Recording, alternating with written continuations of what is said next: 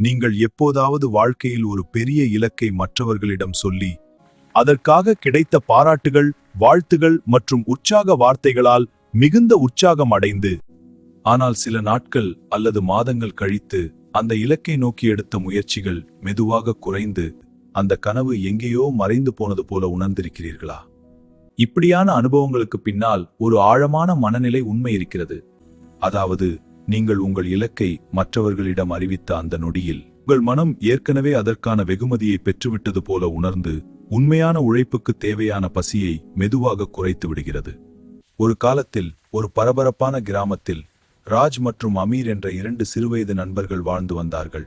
இருவரும் ஒரே வயது, ஒரே பின்னணி, ஒரே கனவுகள் கொண்டவர்கள். வாழ்க்கையில் முன்னேற வேண்டும் என்ற தீவிர ஆசையுடன் இருந்தவர்கள்.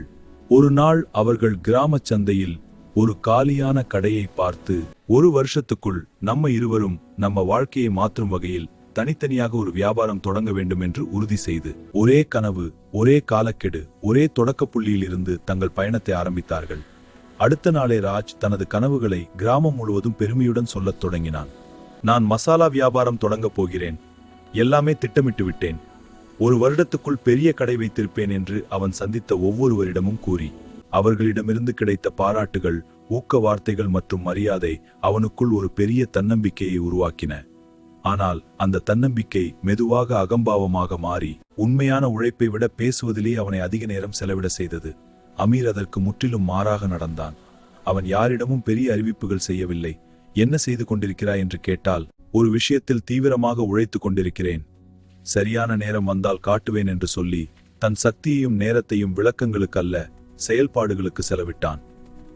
அவன் வெளியில் அமைதியாக இருந்தாலும் அந்த அமைதிக்குள் கடுமையான ஒழுக்கம், கவனம் மற்றும் தொடர்ச்சியான உழைப்பு இருந்தது. மாதங்கள் செல்ல செல்ல ராஜ் ஒவ்வொரு வாரமும் ஒரு புதிய செய்தியை அறிவித்துக் கொண்டிருந்தான். சப்ளையர்களை சந்தித்தேன், கடை வடிவமைப்பு தயார், வியாபாரம் பத்தி புத்தகங்கள் படிக்கிறேன், பெரிய திட்டங்கள் இருக்கின்றன என்று தேநீர் கடைகளிலும் நண்பர்களிடமும் நீண்ட நேரம் பேசிக் கொண்டிருந்தான். ஆனால் உண்மையில் ஒப்பந்தங்கள் இல்லை, கடை வாடகை இல்லை, சரக்கு வாங்கவில்லை. அதாவது பேச்சு அதிகமாக இருந்தாலும் உண்மையான முன்னேற்றம் மிகவும் குறைவாகவே இருந்தது. அதே நேரத்தில் அமீர் அதிகாலை எழுந்து சரக்கு வழங்குபவர்களை சந்தித்து வாடகையை பேசி தீர்மானித்து அலமாரிகளை அமைத்து மசாலாக்களை வாங்கி சோதனை செய்து தவறுகள் செய்து இழப்புகளை சந்தித்தாலும் ஒவ்வொரு நாளும் மீண்டும் எழுந்து தன் எதிர்காலத்தை ஒரு கல்லாக கட்டிக்கொண்டிருந்தான். அவன் தன் சிரமங்களை யாரிடமும் வெளிப்படுத்தவில்லை. ஏனென்றால் அவனுக்கு இரக்கம் வேண்டாம், வலிமை வேண்டும். அவன் பாராட்டுகளை நாடவில்லை. ஏனென்றால் அவன் இலக்கை நாடினான். கிராமத்தில் பலர் அமீர் தனது வியாபார கனவை விட்டுவிட்டான் என்று நினைத்தாலும் உண்மையில் அவன் அடித்தளத்தை மிக உறுதியாக அமைத்துக் கொண்டிருந்தான். அதே நேரத்தில் ராஜ் இன்னும் அடுத்த மாதம் நிச்சயமாக தொடங்குவேன் என்று மாதங்களாக சொல்லிக்கொண்டே இருந்தான். அவன் அந்த காலியான கடையை பார்த்தபோதும் இன்னும் கொஞ்சம் திட்டமிட வேண்டும் என்று சொல்லி பயமும் சுகபோகமும் இடையில் சிக்கிக் கொண்டிருந்தான். ஒரு வருடம் முடிந்தபோது கிராமச் சந்தையில் ஒரு பெரிய அதிர்ச்சி காத்திருந்தது. அமீரின் மசாலா கடை என்ற பெயரில் ஒரு அழகான கடை திறக்கப்பட்டது. வண்ணமயமான மசாலாக்கள், ஏலக்காய், குங்குமப்பூ, இலவங்கப்பட்டை போன்ற மணங்கள் கடை முழுவதும் நிறைந்திருந்தது. வாடிக்கையாளர்கள் வரிசையாக நின்று வாங்கிக் கொண்டிருந்தார்கள். கிராம மக்கள் அனைவரும் ஆச்சரியத்தில் மூழ்கி, இது எப்ப நடந்தது, அவன் எப்ப வியாபாரம் தொடங்கினான் என்று ஒருவருக்கொருவர் கேட்டுக்கொண்டார்கள். ஆனால் அதுவே இந்த கதையின் மிக முக்கியமான உண்மை. அவன் அறிவிக்கவில்லை, அவன் அமைதியாக கட்டி எழுப்பினான். ராஜ் அந்த கூட்டத்தின் பின்னால் நின்று பார்த்தபோது அவனுக்குள் ஒரு கனமான உணர்வு ஏற்பட்டது. ஒரே உறுதி, ஒரே கனவு, ஒரே தொடக்கம் இருந்தும் இன்று அமீர் ஒரு வியாபார உரிமையாளராக நின்றான். ராஜ் மட்டும் இன்னும் திட்டமிடுதலே இருந்தான். அதனால் அவன் அமீரிடம் சென்று, நானும் திட்டமிட்டேன், கத்துக்கொண்டேன், தயார் செய்தேன். ஆனாலும் நீ எப்படி இதை செய்து முடித்தாய் என்று கேட்டபோது, நீ உன் அகம்பாவத்துக்கு உணவு கொடுத்தாய், நான் என் எதிர்காலத்துக்கு உணவு கொடுத்தேன். நீ பாராட்டுகளால் திருப்தி அடைந்தாய், நான் செயல்களால் முன்னேற்றம் அடைந்தேன். அவன் மேலும் கூறினான், ஒவ்வொரு முறையும் நீ உன் திட்டங்களை மற்றவர்களிடம் சொன்னபோது உன் மனம் நீ ஏற்கனவே வெற்றி பெற்றுவிட்டாய் என்று நினைத்தது. அதனால் உண்மையான உழைப்புக்கு தேவையான பசி குறைந்தது. இந்த முன்பாராட்டு என்பது மிகவும் ஆபத்தானது. அது உழைப்பில்லாமலே வெகுமதி தருகிறது. நான் அமைதியாக இருந்தது மறைவதற்காக அல்ல, கவனம் செலுத்துவதற்காக, பாராட்டுகளுக்காக அல்ல, சாதனைக்காக. அந்த வார்த்தைகள் ராஜின் மனத்தில் மட்டுமல்ல, இந்த கதையை கேட்கும் ஒவ்வொருவரின் மனத்திலும் ஆழமாக பதிய வேண்டிய வார்த்தைகளாக இருந்தன. இந்த கதை ராஜ் மற்றும் அமீர் பற்றிய கதை மட்டுமல்ல, இது இன்று நாம் வாழும் உலகின் கதை.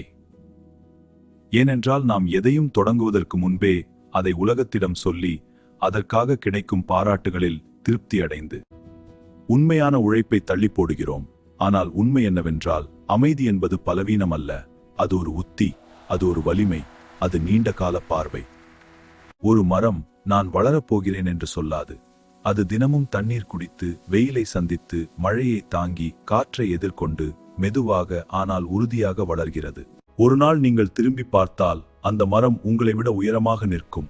அதுபோலதான் உண்மையான வெற்றியும் அறிவிப்புகளால் அல்ல, தினசரி ஒழுக்கமான உழைப்பால் உருவாகிறது. அதனால் உங்கள் வாழ்க்கையில் அடுத்த 90 நாட்களுக்கு ஒரு இலக்கை மட்டும் தேர்வு செய்து அதை யாரிடமும் அறிவிக்காமல், சமூக ஊடகங்களில் பகிராமல், தினமும் அமைதியாக உழைத்து, சில நாட்கள் மனம் உடைந்தாலும், சில நாட்கள் சோர்வாக இருந்தாலும், ஒழுக்கத்தை விடாமல் 90 நாட்கள் முடிந்த பின் நான் இதை செய்யப் போகிறேன் என்று சொல்லாமல், நான் இதை செய்து முடித்தேன் என்று உங்கள் செயல்களின் விளைவுகளை காட்டுங்கள். ஏனென்றால் திட்டங்களுக்கு கிடைக்கும் பாராட்டுகளை விட முடிவுகளுக்கு கிடைக்கும் திருப்தி 1000 மடங்கு வலிமையானது. இந்த கதையின் பாடம் மிகவும் தெளிவானது. ஒருவர் பேசினார், ஒருவர் உழைத்தார், ஒருவர் பாராட்டுகள் பெற்றார், ஒருவர் முடிவுகள் பெற்றார். ஆகவே குறைவாக பேசுங்கள், அதிகமாக உழையுங்கள். உலகத்திற்கு உங்கள் அறிவிப்புகள் தேவையில்லை, உங்கள் முடித்த வேலைதான் தேவை. அதனால் உங்கள் கனவுகளை வெளிப்படுத்துவதற்கு பதிலாக அவற்றை நிரூபிப்பதை இன்று முதல் தொடங்குங்கள். ஏனென்றால் நீங்கள் அமைதியாக கட்டி எழுப்பும் ஒவ்வொரு நாளும் நாளை உங்கள் வாழ்க்கையை சத்தமாக மாற்றப் போகிறது.